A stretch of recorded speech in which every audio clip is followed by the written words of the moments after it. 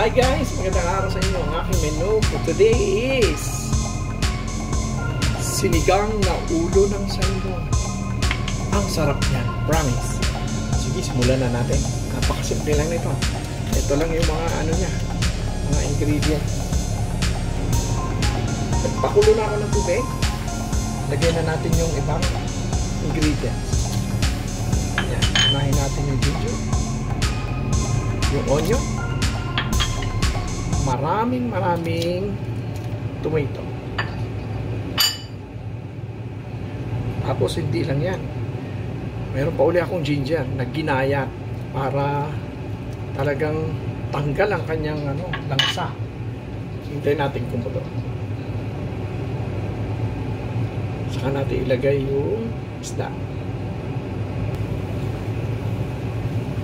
Kulong-kulo na siya. Hintayin pa natin yung mga 3 minutes para ilabas yung katas ng ginger. Para tanggal talaga lang sa nito. Kasi itong isda na ito, malansa talaga ito, promise. Alam nyo naman yung salmon.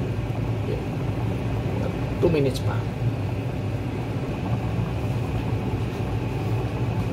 After 3 minutes, kulong-kulo na siya. Ilagay na natin yung isda. Ilagay yung isda. Nainay lang. Talsik pa. Ayan.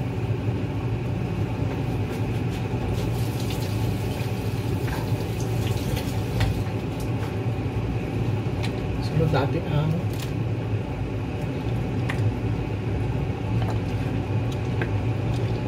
patis.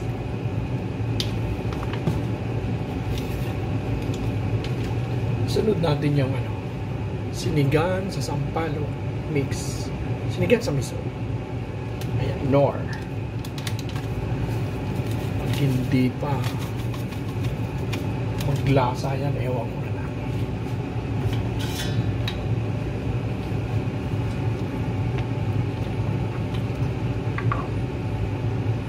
Sige, pakuluan uli natin ng mga 15 minutes lang, lutong na yan eh.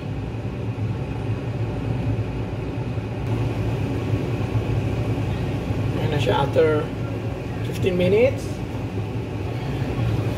ilalagay ko na yung huling ingredients. Syempre yung kangkong. Ganito yung kangkong na nabibili sa amin dito. Naninipis eh, no? Ayan, lagay na natin. Tapos another 5 minutes.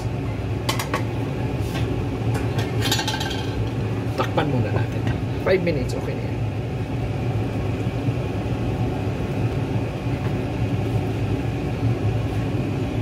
Ayan, ito na siya. Okay na. Lipat ko lang sa isang lalagyan.